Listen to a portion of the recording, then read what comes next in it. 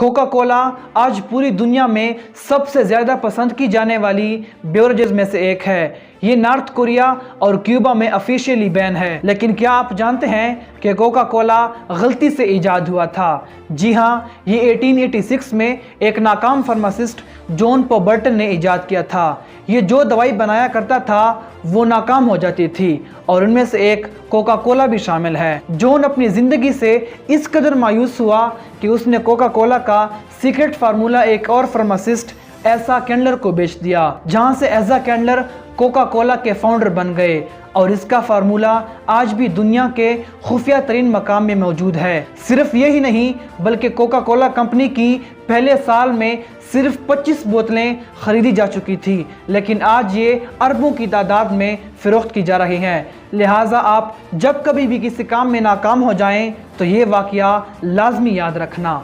So never give up.